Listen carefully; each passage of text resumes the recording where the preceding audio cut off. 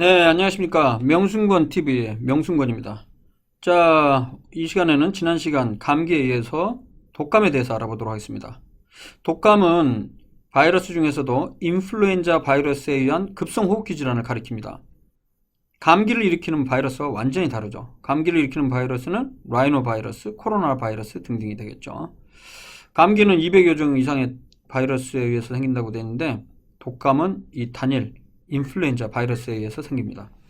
상기도, 즉 코나 목, 그리고 하기도, 기관이나 기관지, 폐를 침범해서 갑작스러운 고열이나 두통, 근육통, 전신쇠약감과 같은 전반적인 신체 증상을 동반합니다. 감기에 비해서 증상도 당연히 좀 더 심하다고 볼 수 있죠.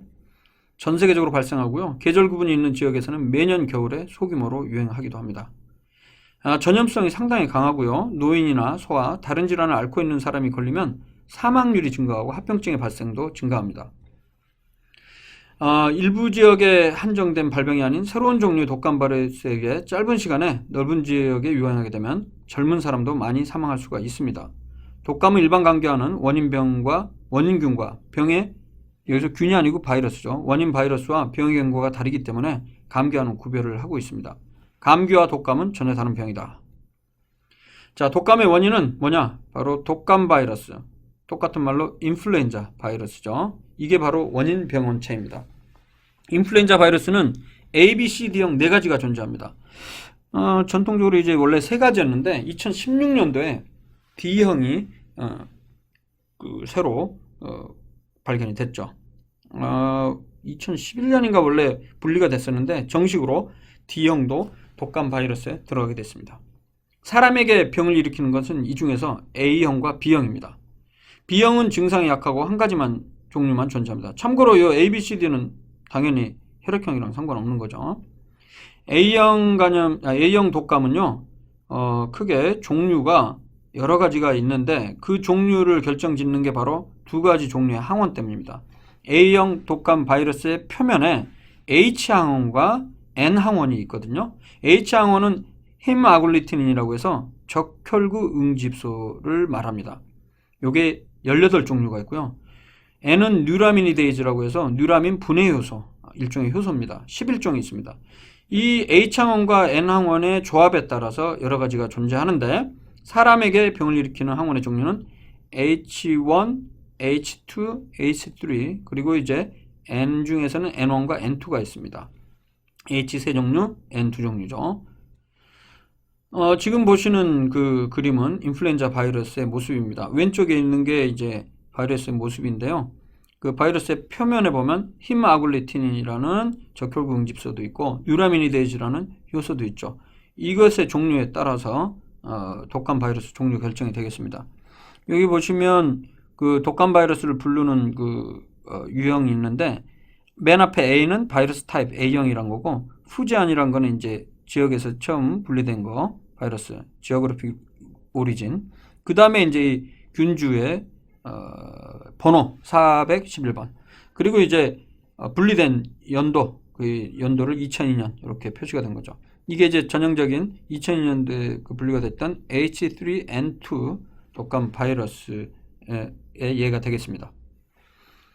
독감 원인 그 조류에서 나타나는 H항원과 N항원은 보통 사람에게는 병을 일으키지 않지만 바이러스 내에서 유전자 돌연 변이가 일어나거나 사람에게 병을 일으키는 종류의 항원과 유전자를 교환하게 되면 사람에게도 쉽게 병을 일으킬 수 있는 형태로 변할 수가 있습니다.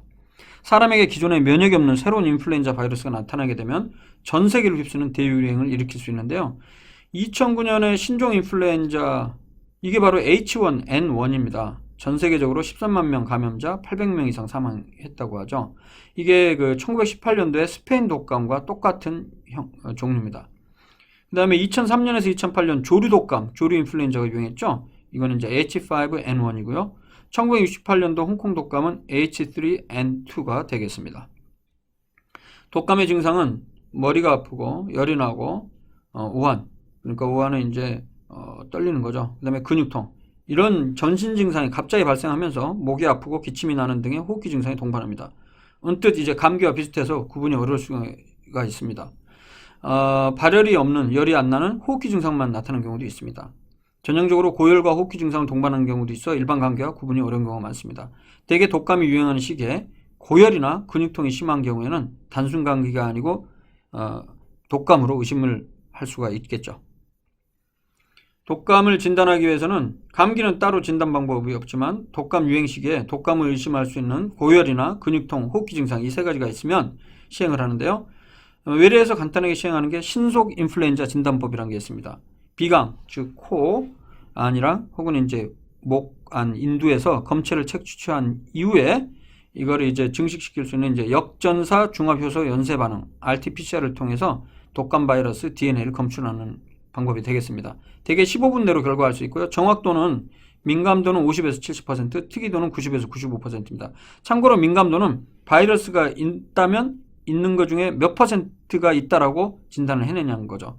그러니까 100명이 있는데 50에서 70명만 있다고 진단할 수 있는 능력이 그 정도 수준입니다. 그러니까 좀 민감도는 낮은 편이고요. 특이도란 거는 바이러스가 없을 때 없다고 말할 수 있는 능력. 그게 이제 이건 90%가 넘습니다. 이 그림에 보면 1번이 뭐냐면 네조파린절 스왑. 이게 뭐냐면 비인두 검사입니다. 이쪽에 이제 면봉 같은 걸 넣어갖고 코 뒤쪽으로 끝까지 집어넣은 다음에 스왑. 그러니까 한번 쫙 흐른 거죠. 그래서 바이러스를 이제 콜렉트 해갖고 이제 요걸 역전사 중합효소 연쇄 반응 PCR, RT-PCR 검사를 해서 독감 바이러스 DNA를 검출하는 방법이 되겠습니다. 자, 그럼 독감의 치료는 어떻게 하느냐? 항바이러스제가 있습니다. 감기는 치료할 수 있는 바이러스 항바이러스제가 없지만 독감은 항바이러스제가 있죠. 증상이 나타난 후 48시간 안에 투여를 하면 효과적입니다. 하루에 2번, 5일 동안 투여를 하는데요. 증상도 줄일 수 있고 독감을 앓는 기간을 줄여서 효과적입니다. 제일 많이 사용하는 게 먹는 약으로 타미플루가 있습니다. 아침에 한번 저녁에 한번 5일간 복용하고요. 리렌자라는 거는 마찬가지로 하루에 2회 5일간 파우더로 되어 있고 입에 뿌려서 흡입하는 거고 라피밥이라는 혈관 주사도 있습니다. 한 번 주사 맞는 거죠. 자, 그럼 독감의 경과 합병증은 어떻게 되느냐? 폐렴이 발생하는 것이 가장 중요한 합병증 중에 하나입니다. 65세 이상의 노인이나 당뇨, 심폐질환, 만성질환, 만성신장질환, 면역억제 질환자에서 잘 발생합니다. 라이 증후군이라는 것도 있는데요. 이거는 어린아이가 아스피린을 복용하게 되면 구토나 경련과 같은 중증의 뇌장애 질환이 발생해서 사망까지 초래하는 무서운 질환입니다. 그래서 독감이 신되면 당연히 아스피린 쓰지 말고 타이레놀 같은 걸 써야 되겠죠. 요즘 저 같은 경우는 외래에서 아스피린을 쓸 일은 없습니다. 열 났을 때. 보통 타이레놀을 많이 쓰죠. 예방을 위해서는 백신 접종이 중요합니다. 요즘 주사 맞으면 좋습니다. 10월, 11월에. 접종하고 나면 2주 정도 지나서 면역력이 생깁니다. 6개월 정도 지속하기 때문에 지금 맞으면 내년 한 4월 정도까지는, 봄까지는 효과가 어느 정도 지속이 됩니다. 아까 말씀드렸던 대로 H3N2, H1N1, 그리고 B형 3종을 포함해서 최근에는 B형의 한 종류를 추가해서 4가 백신을 접종을 합니다. 독감 유행 시기는 12월, 1월, 그리고 2월, 4월이 되겠습니다. 예방접종 시기는 10월이 가장 좋아서 지금 맞기 바랍니다. 감기와 독감 차이, 다시 마지막으로 정리하고 마치겠습니다. 바이러스가 다릅니다. 감기는 200여 종의 다른 바이러스, 독감은 인플루엔자 바이러스입니다. 독감의 경우 고열과 근육통 등 증상이 더 심하고 합병증 더 많이 발생합니다. 감기는 예방 백신이나 치료제가 없지만 독감은 예방 백신과 치료제가 있습니다. 자, 오늘 이렇게 감기와 독감에 대해서 2번에 걸쳐서 살펴봤습니다. 다음 시간엔 또 다른 내용으로 찾아뵙겠습니다. 감사합니다.